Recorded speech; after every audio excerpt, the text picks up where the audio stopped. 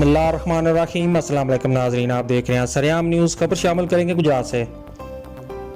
UC दुमा मलका के गांव बखड़ेवाली में पीटीआई के नौजवानों की नदीम भट्ट की क़यादत में रैली और मीटिंग। रैली बखड़ेवाली से शुरू हुई और मैसम चौक में मोइज़ नदीम मार्केट में इख्तिताम पजीर हुई। रैली मौजा बखड़ेवाली के नौजवानों और बुजुर्गों की शिरकत।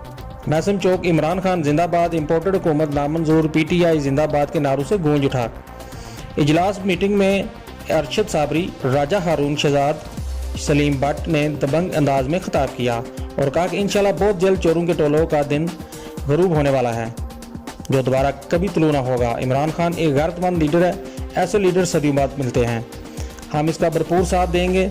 दीगर शख्सियात में अली भट्ट, जवाद भट्ट, राजा फतेह काजम, जंजुआ, जाफर भट्ट, बाबर भट्ट, नदीम अब्बास, मजीद लियाकत अली, चेयरमैन रियाज भट्ट, अली रजा मलक, इमरान, नवीद आजम दुमा मलका, मलक मिठू दुमा मलका, मलक अबू बकर शहजाद दुमा मलका की शिरकत। अजलास की सदारत नदीम भट्ट बखड़ेवाली ने की और मलक शमशाद अली नंबरदार दुमा मलका मेहमान खुसूसी थे।